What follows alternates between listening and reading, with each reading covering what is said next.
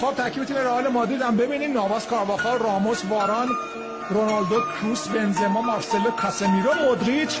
و بحث برانگیزترین اتفاقی که همه منتظر بودن این که ایسکو بازی میکنه یا گرت بیل. در نهایت معلوم شد که ایسکو در ترکیب اصلی قرار گرفته. برای کریم بنزما میبره به سمت راست، کریستیانو رونالدو روی اصل کارواخال داره با چه سرعتی حرکت میکنه. کارواخال، رونالدو و توی دروازه اولین ضربه در چارچوب و گل برای کریستیانو رونالدو. میکنه رو به بیرون، یه ضربه پای چپ برگشت داده میشه. توپ بعدی رو کاسمیرو میزنه و توی دروازه. چه کسی گل میزنه! کاسمیرو حساب کارو 2-1 میکنه به نفع رئال مادرید.